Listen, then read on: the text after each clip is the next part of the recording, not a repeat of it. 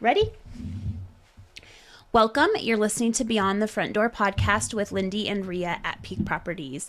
And we are real estate agents here in Cheyenne, Wyoming, and we bring you stories that inspire you, make you laugh, cry, cringe, all of the things. So come on in. We put the real in real estate. Yes. Thank you so much for all of our listeners tuning in today.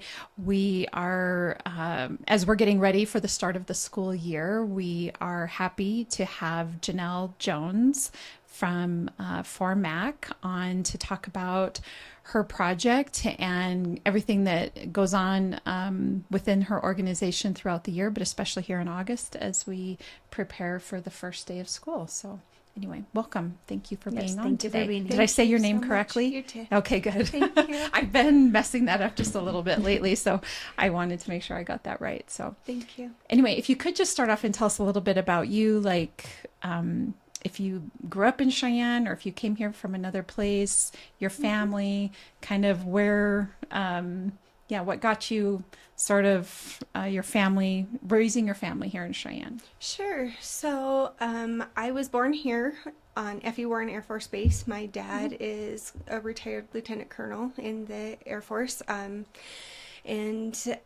that's how we started here. We moved to Salt Lake City area when I was about 2 years old. My parents had separated, and so I grew up in the Salt Lake area, moved back here when I was about 16 years old, finished high school at East High School, had young love. I have... Like a high school sweetheart? I did for, couple. Okay.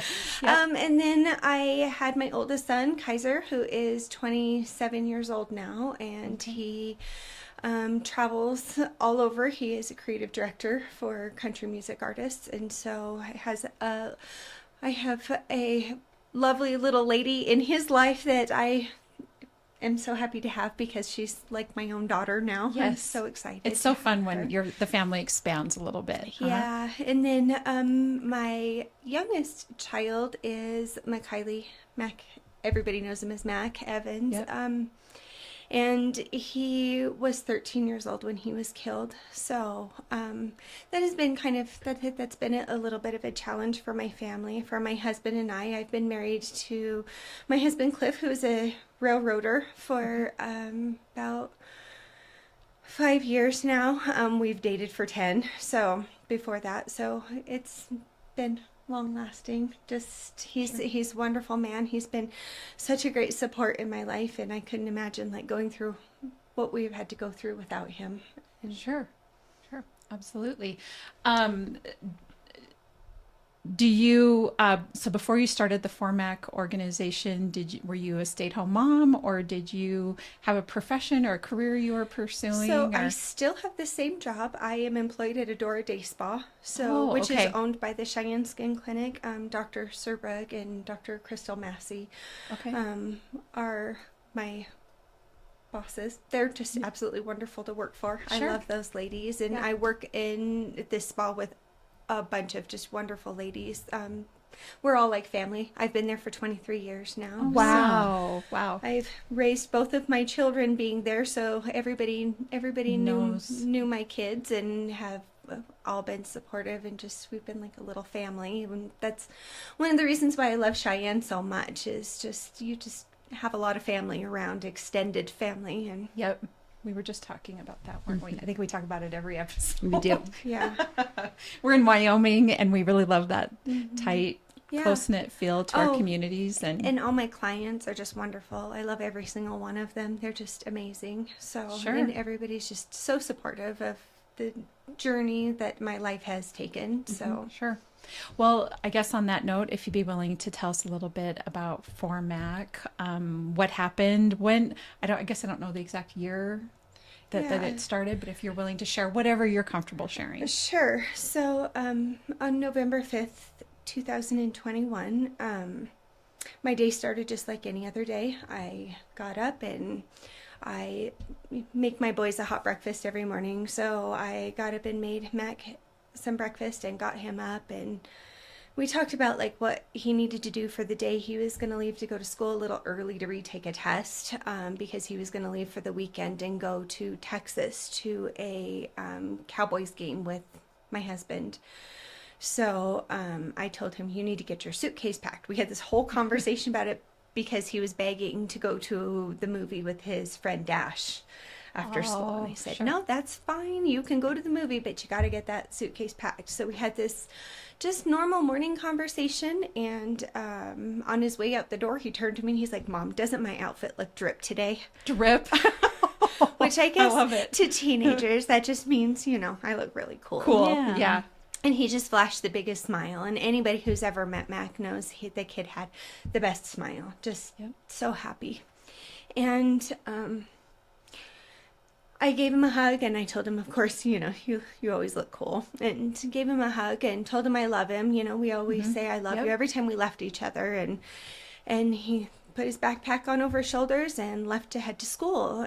And I thought to myself, I need to call the school and let them know that he's not going to be there on Monday. They'll be on their way back from Texas. So I tried to call the school and I didn't get an answer. But like, I'm not kidding. It was like less than 10 seconds later, my phone's ringing. I was like, wow, I don't even think they got done listening to the message. Right.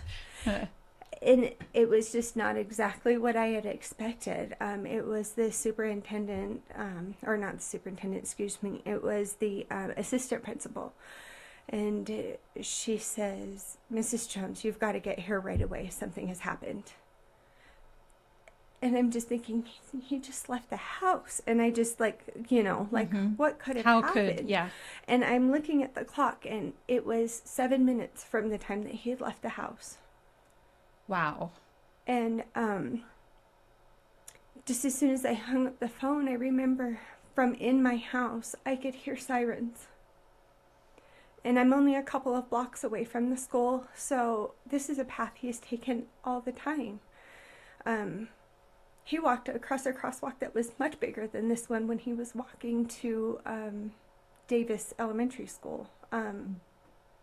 Well, he walked home. I always dropped him off in the morning, but he'd walk home. And all summer long, he was known as the kid on the backpack with the bike because he was just always around the neighborhood and had crossed many crosswalks.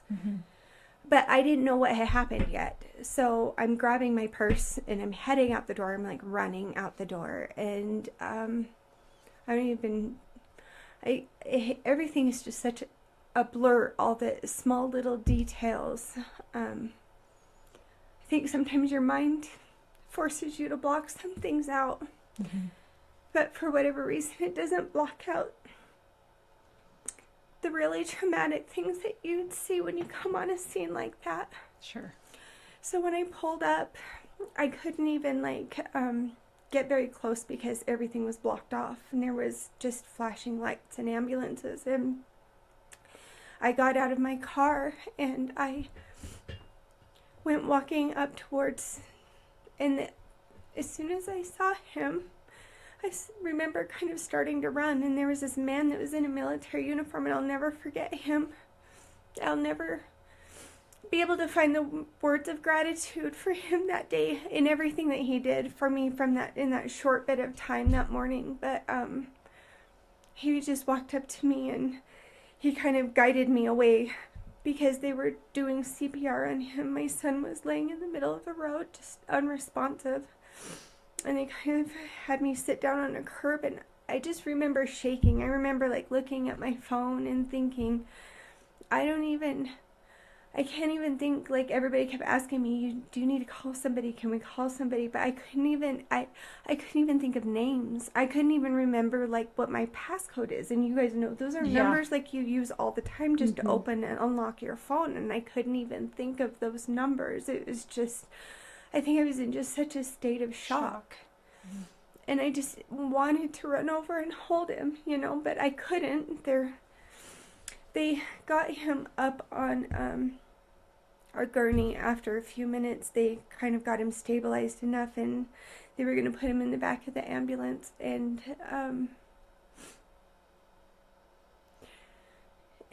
they wouldn't let me ride with him in the ambulance. They said they just needed to give all their attention to him. I was very upset, I don't blame kind you. of hysterical in Yeah. a way, but shocked at the same time. Like no words were coming out. I don't even know if I was crying or not. I was just like so. And I just remember walking back to my car, and somebody had handed me his backpack. And I don't know how to explain this, but I think even before I got to the hospital, I was holding out hope for anything that was positive, but I knew my son wasn't there anymore.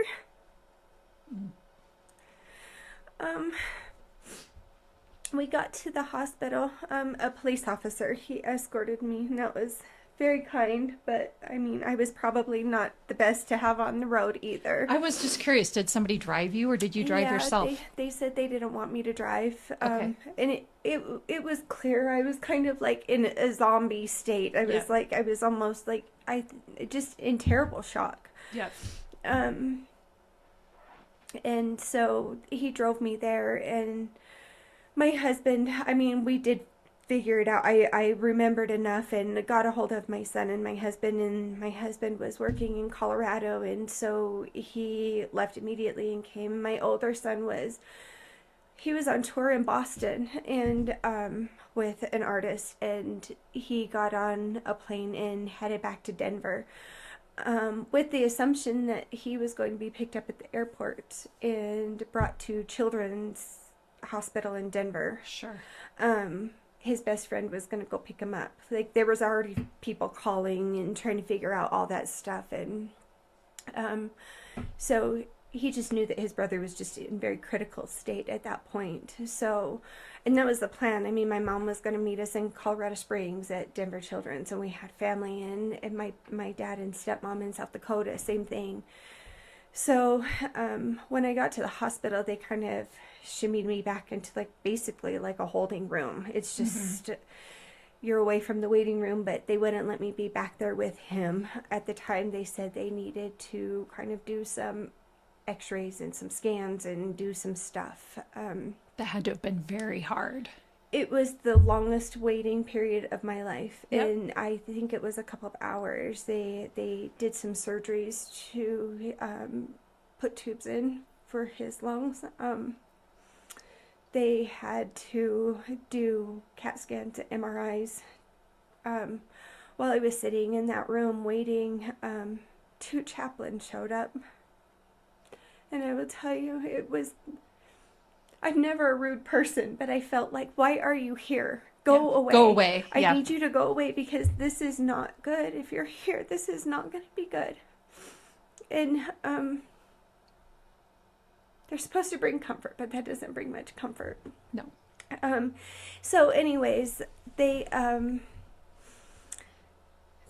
finally did let me go back to see my son. While I was in the waiting room, a neurologist came in, and he was a wonderful man, but he kind of just gave it to me just like it is, and you know, I mean, there's no really, you can't really sugarcoat something like this. And he said that he basically showed me the x-rays, and it wasn't good. If he had any chance at all to live, that's when I was told he would need to be life flighted to Denver Children's Hospital. Okay. That basically it was a sever to his spinal column in his neck. It snapped. And so there was just this huge space that we could see in there. And so he told me, and this is just one of those things that you try and sit and process, and you just can't, because 2 hours ago I saw this healthy, happy boy who was laughing and joking, and then he proceeds to tell me that if your son survives this, he will have no use of his body from the neck down, and probably will be brain dead. That, you know, I mean, he'll be pretty much reliant on on somebody to care for him. If he survives, and his chances of survival are less than 5%. Oh my gosh. So his heart and his brain weren't making the connection. Like, there just wasn't any communication. There's basically what I was told. Right now, the machines were doing all the work for him. They were preparing in Denver for him. Flight for Life came. Our problem was trying to keep his blood pressure up. They exhausted all possibilities, and I was back there with my son. I remember when they let me in. I just remember looking at every inch of his body. I remember looking at his feet. He barely had any contusions on his forehead and on his hands. He looked perfect still. He was bleeding out of his nose, and I sat at the top of the bed just with some gauze, trying to keep the blood from pooling in his eyes. But just seeing all of these tubes hooked up to my baby, and knowing that these machines were breathing for him. And mind you, I still hadn't learned the whole story, what had happened yet. All I knew is that he had been hit by a car, but I didn't know the whole story. And so that morning,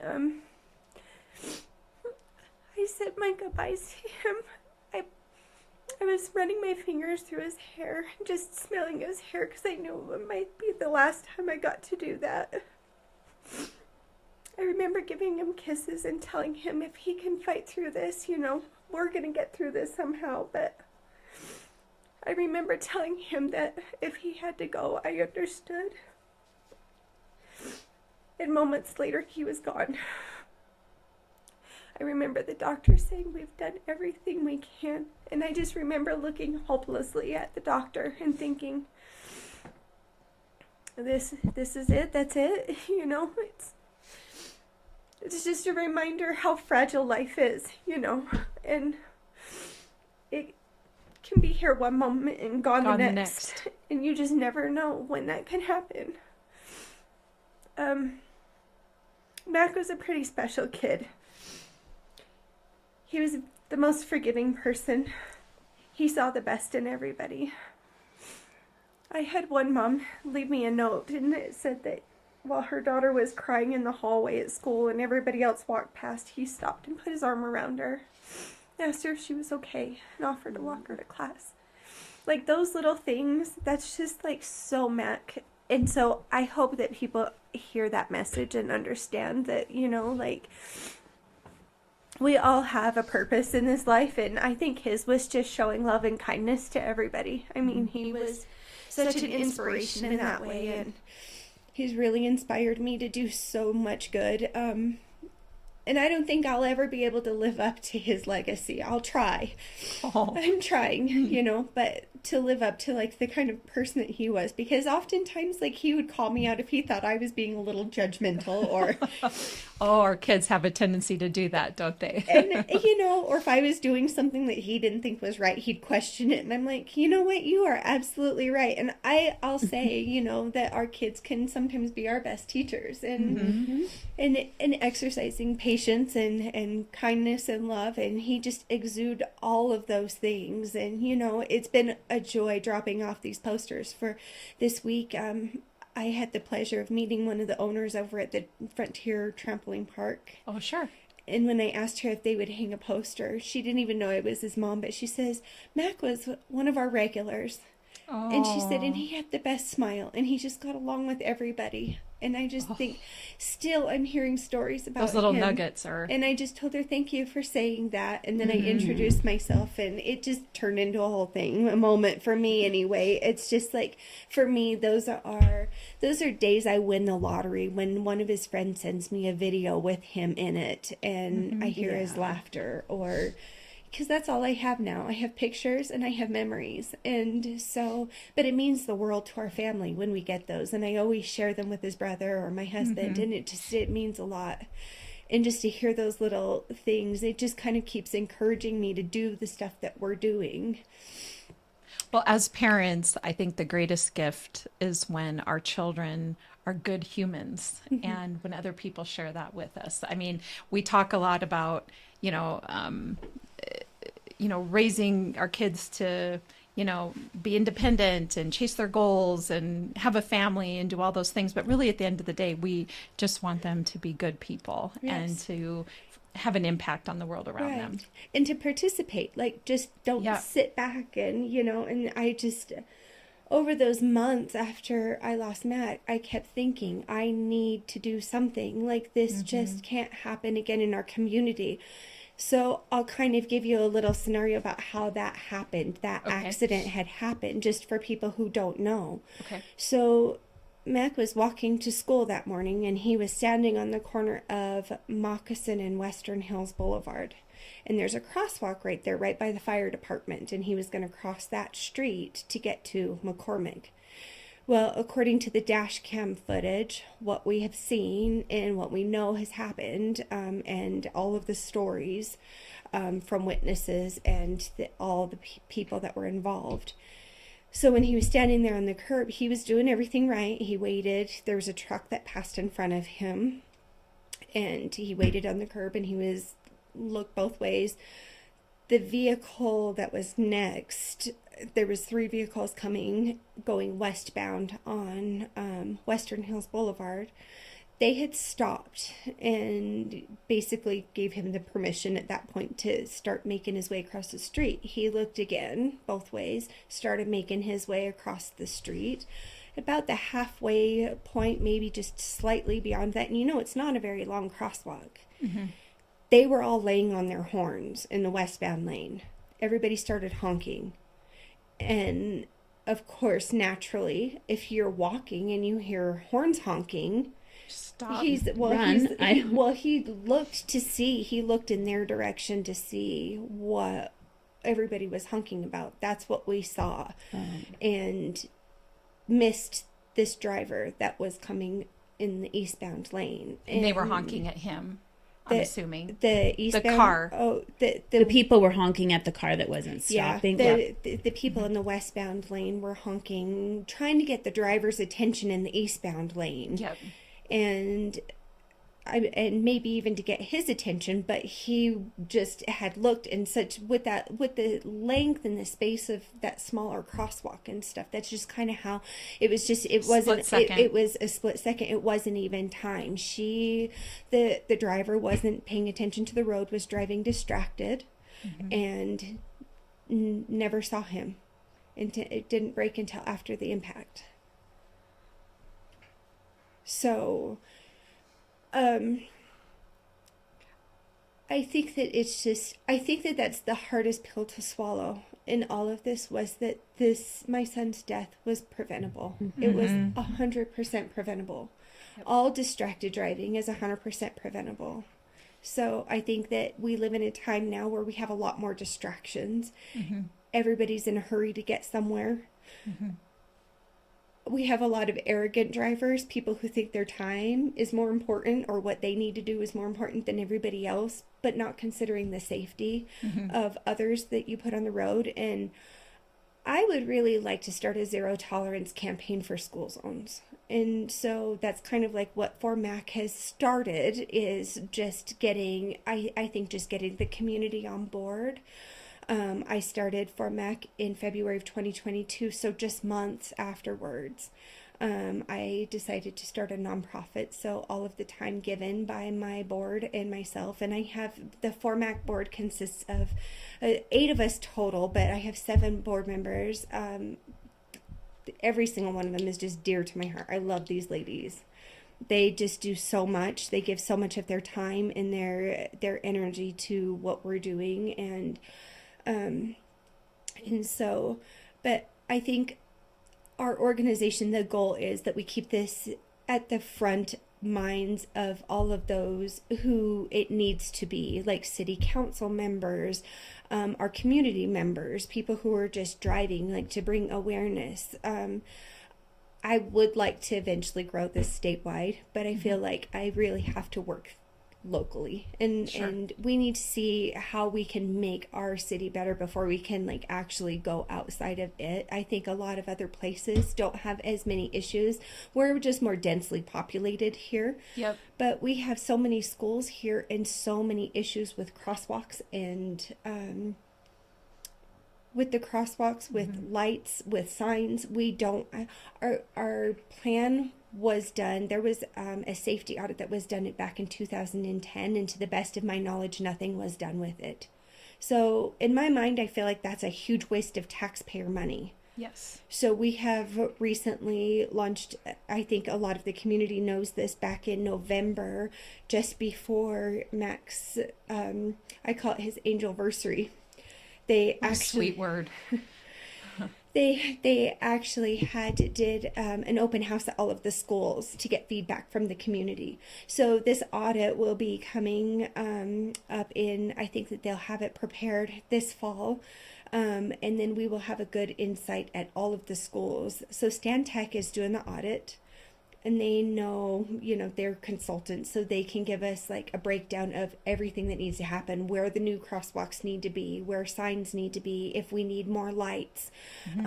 As you all know, ForMak is responsible for putting in the lights. Well, the city engineers have been great, but we have participated in paying for the lights over at Pershing and McCann and at the same crosswalk where Mac was killed. So the goal is to have it done by the start of the school year. I know that everything has been, the progress is being made. They're saying that it might be just very slightly delayed if they don't get this one part in, but we're looking to have, the goal is to have it done by the start of the school year.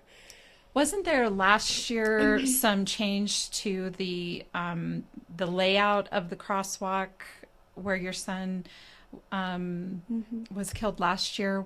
Something happened last year around that intersection? Am I correct? Like some change was made. So they're actually going to be moving, the crosswalk is actually going to be on the opposite side of the street now. So it's still going to be on Moccasin, but it'll be on the other side, not so close to the fire department. Ah, okay. And then I think that they're going to do some bump outs in the curbs to make it so that people can't park that close to crosswalks because it obstructs the view of Yes. the crosswalk.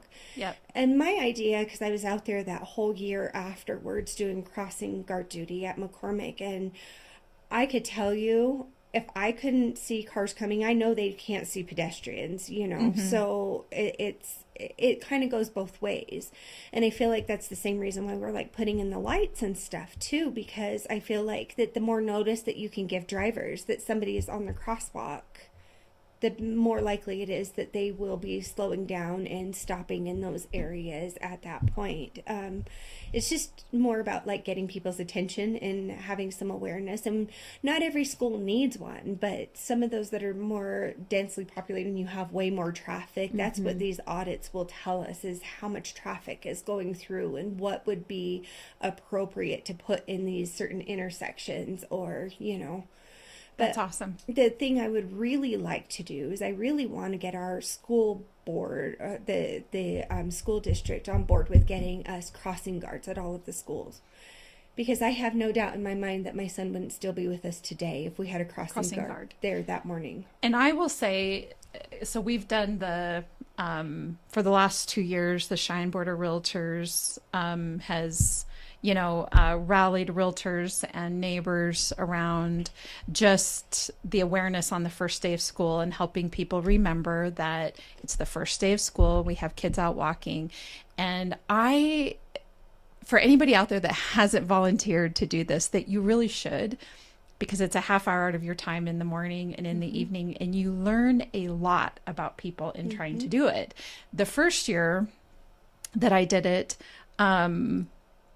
I was at Saddle Ridge, and I literally want to beat on people's cars because I am waving a sign. You're like, what can we throw at them? Yeah, what can we throw at them? Because I have a sign. Most people, now I'm going to tell you, most, probably 75% of the cars driving by would roll their window down and say, thank you for doing this. Or they'd wave or honk or something like that. But there are people that literally turned and looked at me and like, so what? You're or standing sped there. up. Yep. And keep driving the speed that they're driving down the road that they're going. And I just want to like I want to turn them in. Oh, yeah. I want to be like, who do you think you are driving like this through here? And then to ignore me when I'm telling you you're in a school zone, please slow down. And then it happened this again over at the is it Poder? Is that how you say it? Poder Academy. I was out there for that as well. And the same thing. People are just flying through there. And I'm like, my husband's like, I know there was one time my husband was like, ready, like he was closer than me, ready to beat, because I mean, kids had just stepped on the sidewalk and people are like flying by. And it is an eye opener as to how much people are speeding and not paying attention.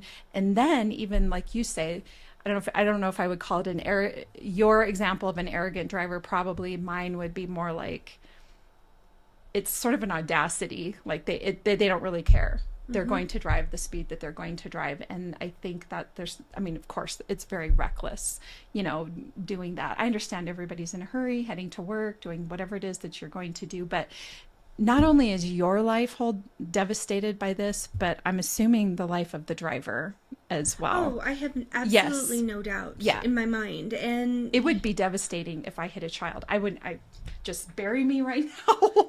I couldn't do it. I have absolutely no doubt. And I definitely do have empathy in that situation. Like,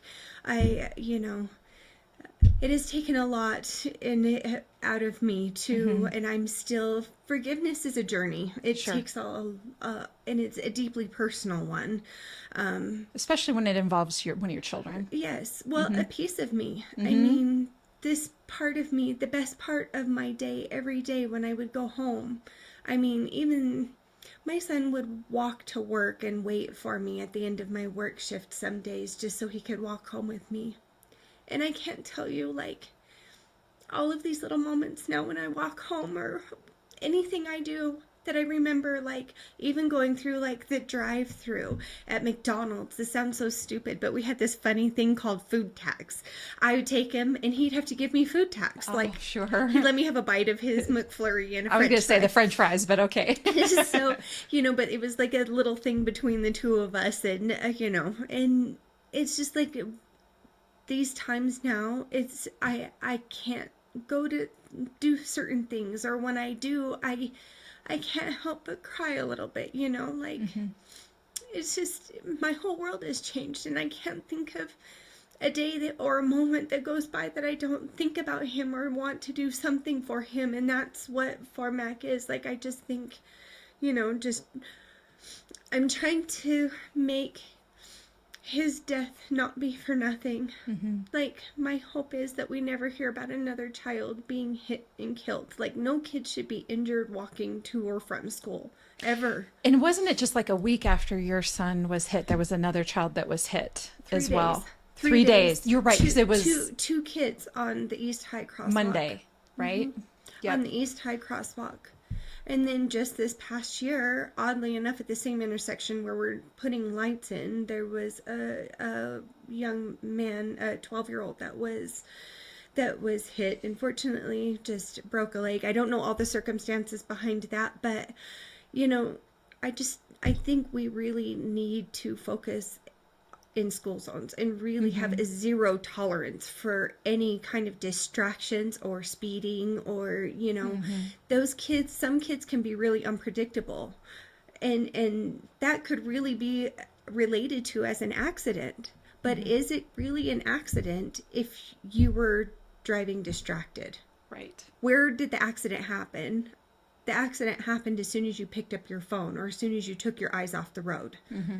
Because anything could happen, as we all know. I mean, we've all had that circumstance where, a dog ran out in front of our car, or, you know what I mean? Or you had to brake Things really happen. fast. Traffic stopped, and, it's just not worth it. And trying to teach teen drivers the same thing. It's like, that I've had many parents say my kid's just afraid to drive, and I'm like, that's okay. Let them take their time. You shouldn't be afraid if you're going to be behind the wheel of a car. You have to have some confidence and caution. Yep. No, I completely agree. And that area on Pershing in front of East, I mean, it's like the Indy 500 through there sometimes. I mean, it's fast. And, you know, and not only that, but the cars that pile up in front of the high school to come in to pick up kids, that line there that forms. I mean,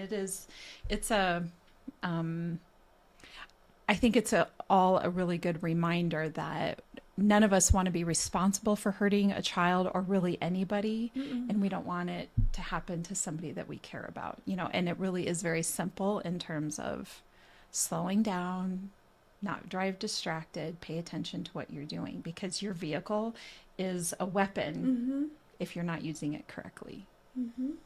Yep. It seems so simple, doesn't it? It does. In both hands on the wheel. Well, and that's why it's frustrating, because it is simple. And one of the things that since I've become a realtor, I have the little thing on my dash to hold my phone so that I always have both hands on the wheel. You know, if I have to answer, I can do that with my radio, like through Bluetooth, you know, like I've done everything I can to make sure that I'm hands-free as best as I can. And I'm not opposed to pulling over. If I have to shoot out a text message or take somebody's call that needs my full attention, I'll just pull over into, you know, the side of the road or maybe even someplace that's a little awkward to do what I need to do, because I just don't want to not be paying attention, I guess. Right. So yeah, it's so not worth it. And, No. and the amount of lives that it impacts, it's a crippling thing. I mean, I can't even tell you how I can't even tell you in all the ways that this has just crippled my lifestyle. Like, you know, from this, still, we're going on 3 years, and the lack of sleep that I get. I wake up nearly every night around 1:30, 2 o'clock in the morning, and I have images that just don't go away.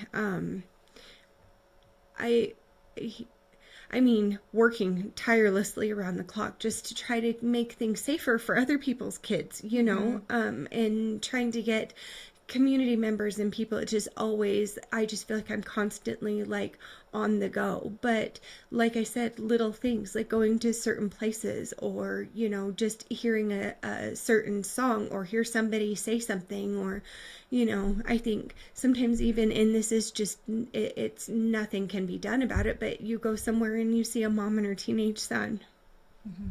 And oftentimes I think, gosh, I wonder how tall he would be right now, because I know he was my height when he had passed. And so you just can't help but to like feel envious sometimes of what other people have.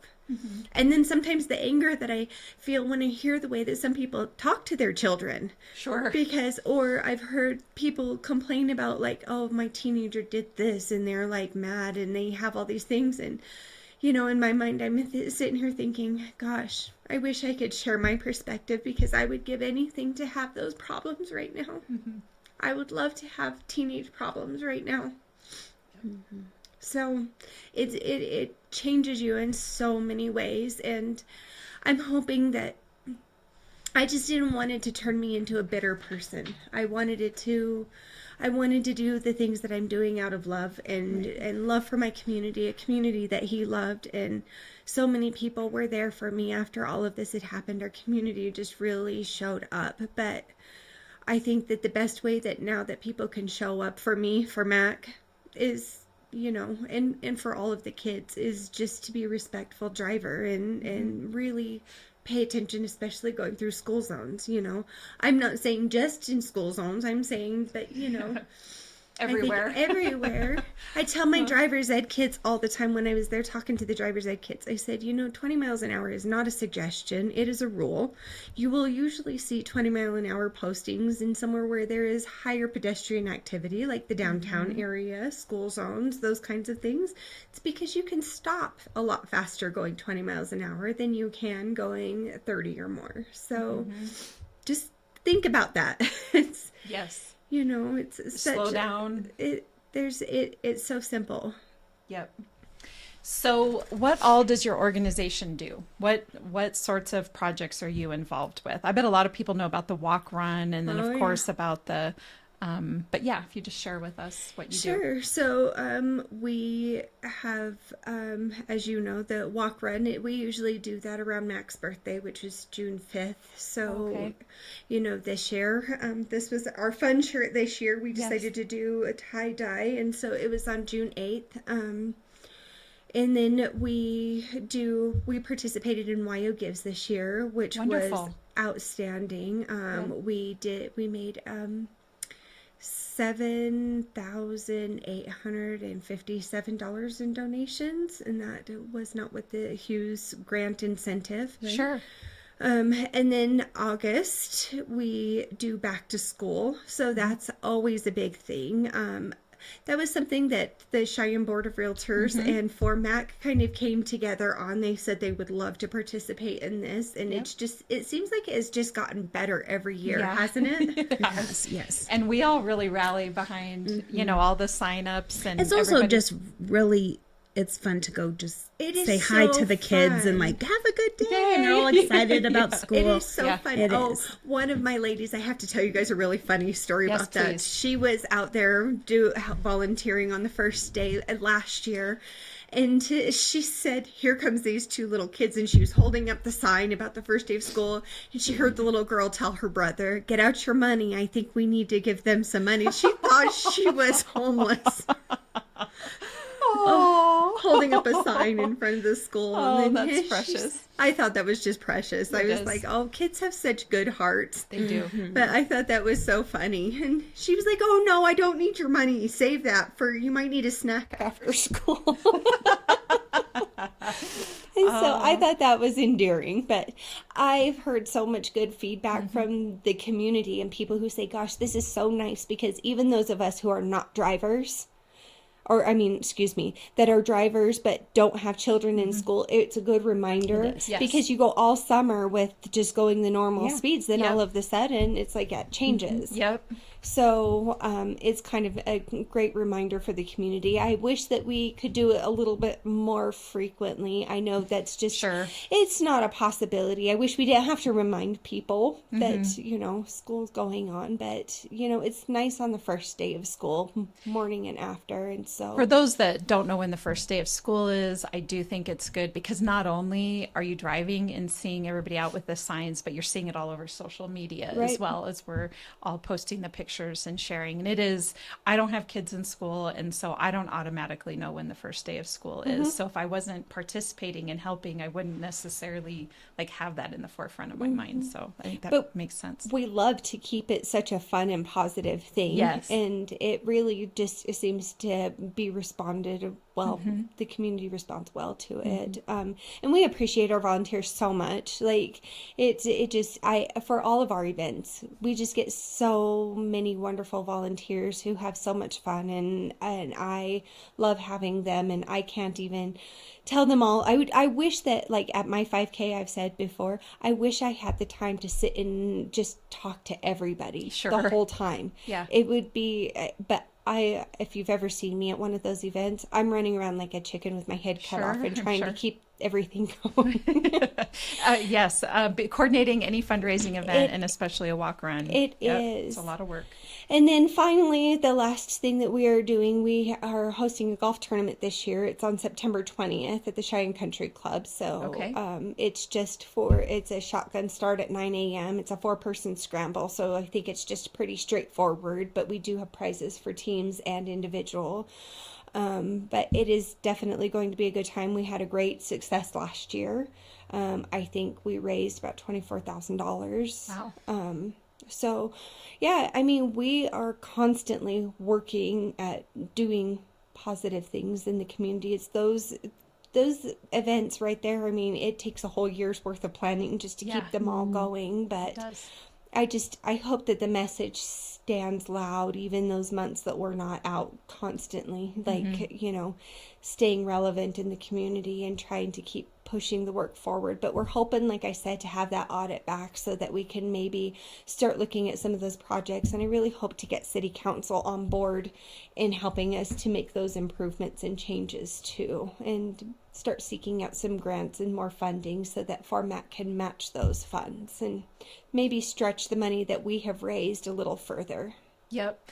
We actually just talked about that in the episode that we did this morning, that if you have if you have an organization that you care about, give to that organization, attend their event, whatever the case is, because just like you said, not only the money kind of operates in twofold, because it provides the funds for whatever specific thing that you're fundraising for, but it also helps you leverage funds to bring in additional. So yes. So then what sorts of, I know you're doing an audit, but what are some of the things that money is going to go towards to improving the situation here? What do you think will happen? Well, I'm not really sure yet without having the audit in front of me. Sure. But the things that, I mean, like I said, the crosswalks that we were already putting in, the lights. So we've got the high intensity activated systems, which a lot of people now are more familiar with. They're like the ones in front of Davis. So they're pedestrian activated lights. Okay. So there's that piece of it. I think that also just doing like crosswalks, making sure that we get on like a regular system of making sure that at all of the schools that they are painted, and infrastructure work, whatever needs to be done there, signage, and it's not limited to those things. I think that like I had said, we'd really like to get some crossing guards out there. I don't know that ForMak with our funds were able to like fund that project. I think they're looking for like volunteers to do. Well, I know at one point they had talked about this, that we do on the first day of school. Didn't people, I know the first year, and maybe it just didn't continue, but weren't they saying do it every day you can? Like you could keep doing it. Well, and and that's why I tell people when they say, well, how can I do crosswalk duty or whatever? And I'm usually trying to ask people, just call your local school, like call the school where you'd like to help. I'm sure that they would be happy to. But so like my organization, we'd be happy to help also fund like those vests or signs for each of the schools, like anything that goes towards this cause that is meaningful, that is, I mean, we're working for sustainable change. So whatever happens, we want to make sure it's here to stay, that we're not just doing something that it's just going to be like a 2010 audit where it just kind of other things like, make their way of importance up the scale. And then the safety of our children is just not on that.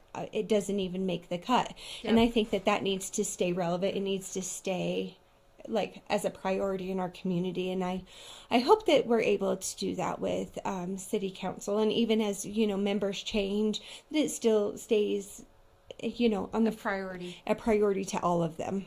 Yep, I completely agree, and we want to help with that and support that. So thank you. Of course. So we were just looking at this sign. So on the first day of school is Monday, August 26th. You can volunteer, for anybody that's listening today.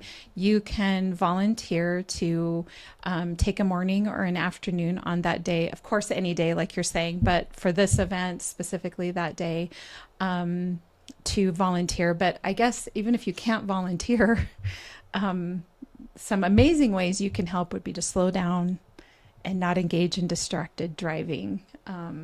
Like those are the three main ways. Volunteer at this event, slow down, especially through neighborhoods. I know I'm in Saddle Ridge.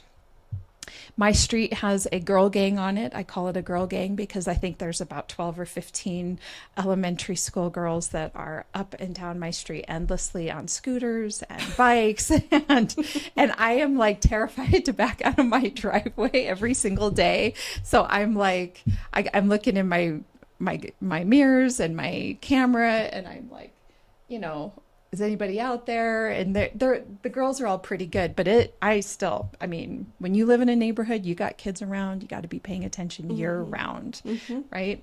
But anyway, you can get the details, or you can sign up with this QR code. And of course, you're not gonna be able to see that on here, but ForMak has a Facebook page. They do. Is that right? So you can get on there, you can donate, you can sign up to help. You can learn more about the organization. So it looks like you're on Facebook and Instagram. Yep, is that right? Facebook, Instagram, and then we actually have a website, formak307.com. Okay. And we keep a lot of information on there too, and there's also information about like our upcoming events or things like that. So and pictures and things of our past events, and So we try and keep everybody informed as much as possible on things that we're doing and changes being made on there. My gal that does that, she's just incredible. So she stays ahead of it. Oh, good. And she's ahead of me sometimes. Oh, good. So it's good. We all need somebody like that in our lives, I think. We do. Well, can you think of anything else? Is there anything, what do you think is I was just kind of wondering, what do you think is the biggest accomplishment that you've made so far? Oh, wow. Being a mother. Yeah. Just, I don't know. With the organization, it means so much to me, and it means a lot, the support that we've had from people, but I think the biggest accomplishment I've had so far is raising my 2 boys. And even if I only had the 13 years with Mac, it was the best 13 years.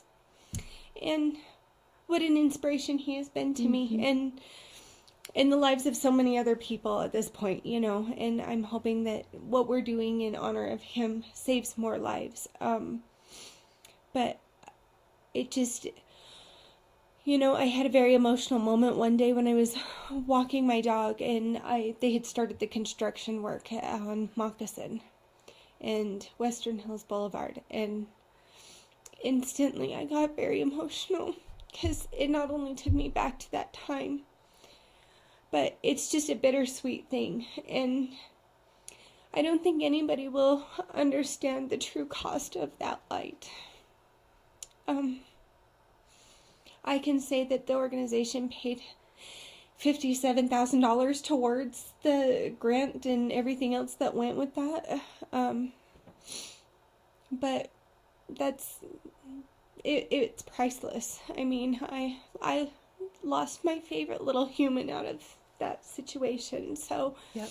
but I'm really proud to be his mom, and really proud of the work that I do in honor of him, and I'm grateful for my board members and for the Cheyenne Board of Realtors and my volunteers, and I just feel so supported in this journey, and I couldn't do it without everybody. I don't know where I would be. If this grief takes you to some dark places sometimes, and when you're trying to do such positive things, I think that really helps, and it helps when people are staying supportive of those things that you're doing. And For sure, it's helping you. I love the idea that you're doing the walk run around his birthday, because I would imagine that that's a pretty rough day, rough little period of time.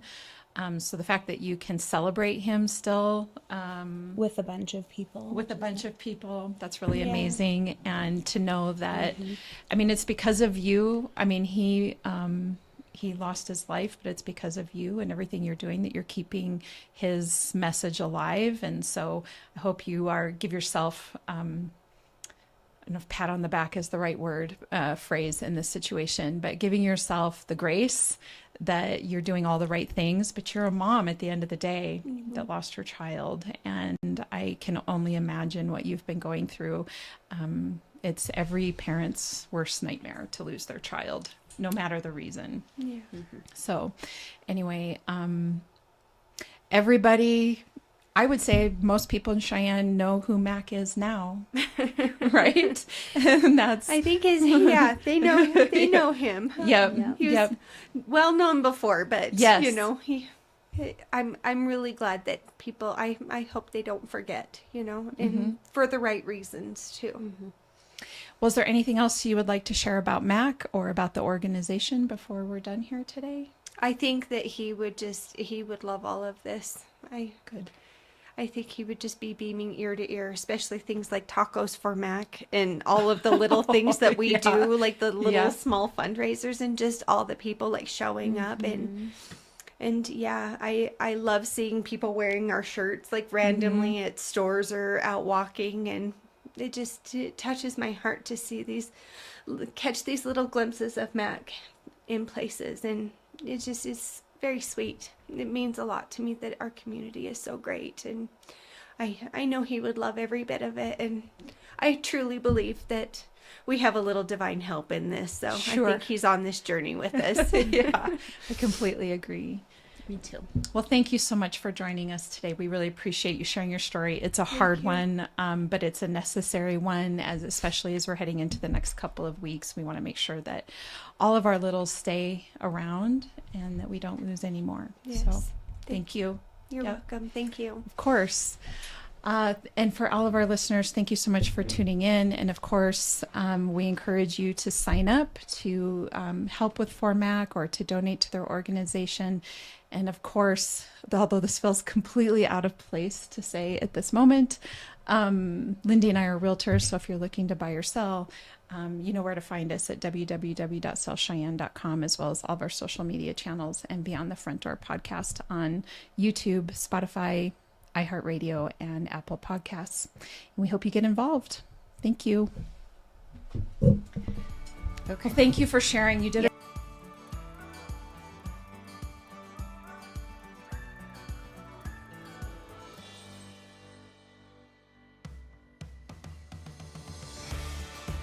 Whether you plan to buy, sell, or invest in southeastern Wyoming, turn to Peak Properties. Family and veteran owned and operated, we work diligently for you. Unlike other larger companies, we take time to learn about you, understand your specific real estate needs, and remain easily accessible if you have any questions. Being a veteran and family-owned and operated company means a high level of commitment, trust, and loyalty. Our family culture sets us apart. We work as a team. We develop not just professional, but personal relationships with our clients.